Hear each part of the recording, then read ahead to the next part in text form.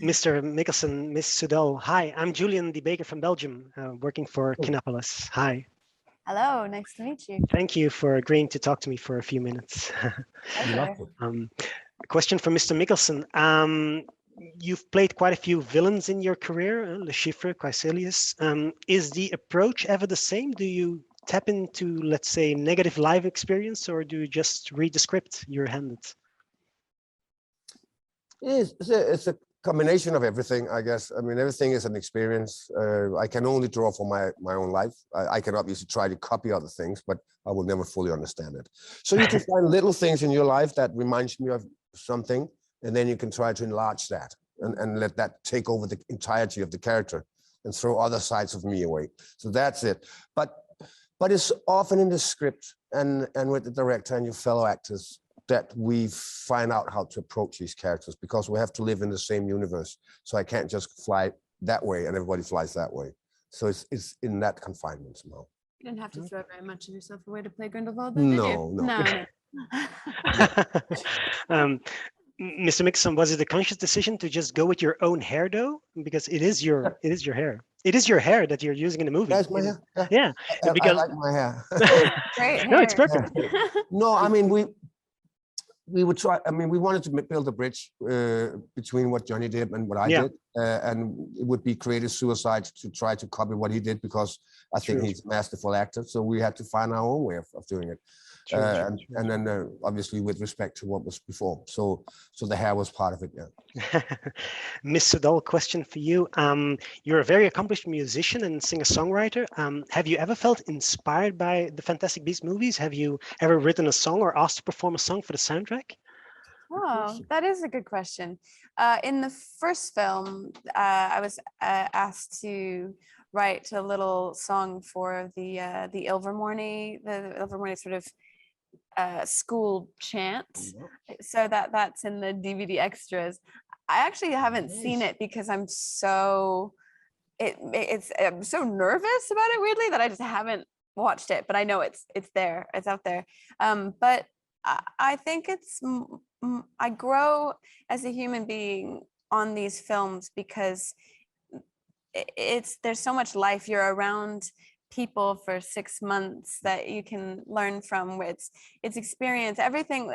As an actor, as a musician, you're kind of just pulling from whatever you're living. So I'm not necessarily I haven't written a song about a manticore yet, but I have learned. What about the Grindelwald's theme? Could you do The that? Think about it. I'd like to hear that. I feel like it would be really Something suspenseful.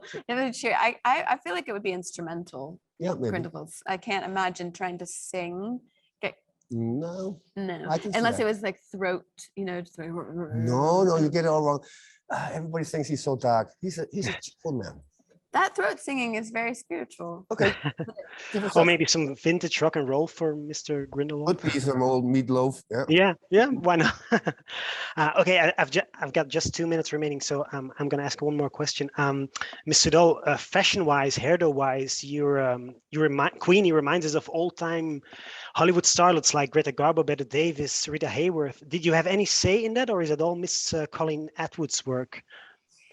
I did actually. It was our hair and makeup teams. We have 2 hair and makeup teams between the 2 films, the end of the second film and the beginning of the third, and they were all tremendous. And Faye Hammond and then Jeremy Woodhead, and they and their teams, they were really collaborative. The discussion was around what happens when she goes through the fire, and when we first came up with Queenie's hairdo, the idea was that she had little kid hair, like little kid curls, and it was very like warm and full of life like she was. And then when she goes through the fire, all the pigment is burned out and it's sleeker, it's straighter, and she's more elegant and reserved, and there's an element of the noir in her, and that's where we were kind of trying to draw from. But she is very cinematic. She's a great character to play. I love working with her. I still have 1 minute. So final question for you, Mr.